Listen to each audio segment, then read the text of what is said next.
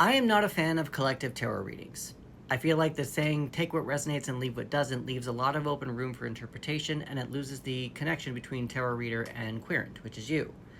I used to go live a lot, and that's where I actually discovered a new way to do collective readings, where each individual person can ask a question and get what they need out of the tarot, even if it is the same cards. And this way, people actually discover and experience the magic of tarot while also getting a collective tarot reading. So that's what we're going to be doing here. To begin, let's start with a breathing exercise. Let's just all take a collective breath and breathe in.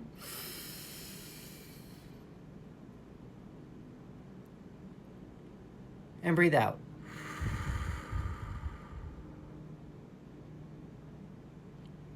Okay, so now what I'd like you to do is I'd like you to ask your question.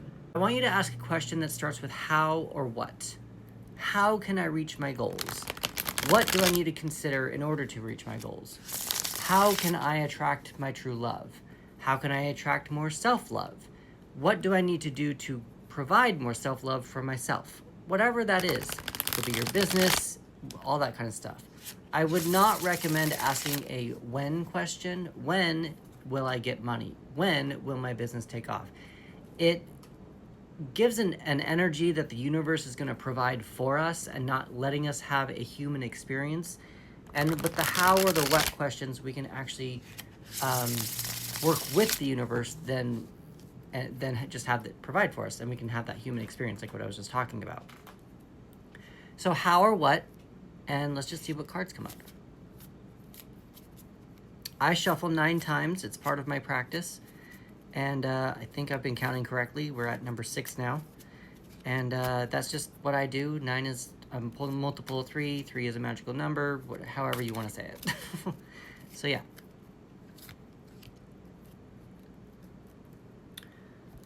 Okay, so with your question that you have going on right now, I feel like you need to really pay attention to your thoughts and your communication about how you're connecting and talking with people. So the King of Swords, he is a leader.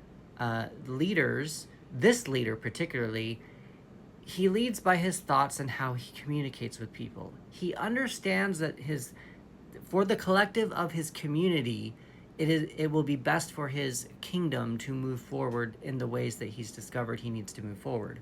But there are going to be people who disagree with him, and there are going to be people who do not like and suffer from what he has decided to do with his kingdom. So with this King of Swords, I would really recommend being as honest as you possibly can, at least with yourself, and holding true to that. If you're looking at his throne here, it's made out of stone, and it's around in a forest. So with the stone, that is keeping him grounded. That is also keeping him very sturdy with what his own thoughts and his own communication are doing in order to go into the next cycle or whatever his thing is he needs to do with his community. There is a lot of masculine energy with this. The next card that you got that's at the bottom of the deck is the Temperance card. Now, Temperance is a card that's about being evened out. If you look, she's got her foot on land, she's got her foot in water. She's also pouring some water into 2 jugs, and they're just kind of like evened out.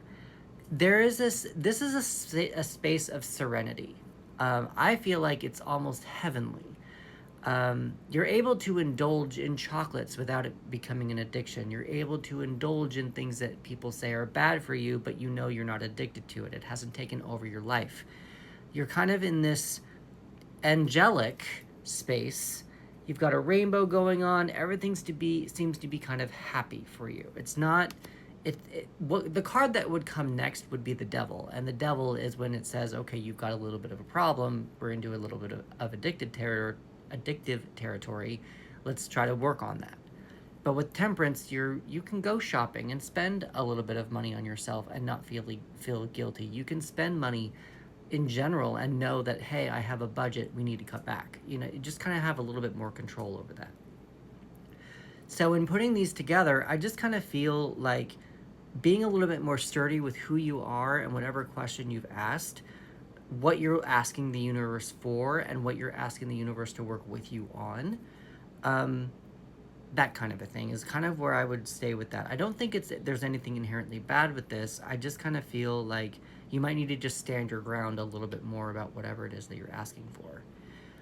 To go further, if you want to go back and look at the cards, I would very much so recommend looking at how your five senses, how do you see, what do you see, hear, feel, taste, smell, and also to add another sense. It's not even what you feel physically; it's also what you feel emotionally. So six senses there. You could also look at the numbers. I associate the king with the number 4 because I go page is 1, knight is 2, queen is 3, king is 4. Some people do pages as 11 because it's a continuation from the 10.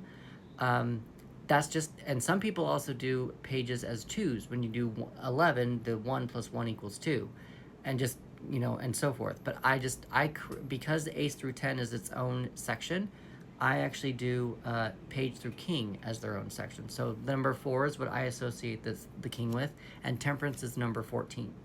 So those numbers, you can also look at the colors that are in here.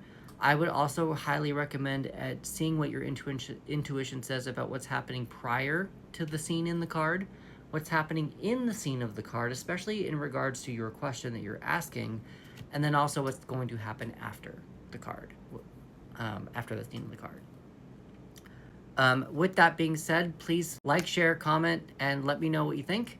Also, let's just take a deep breath and close out.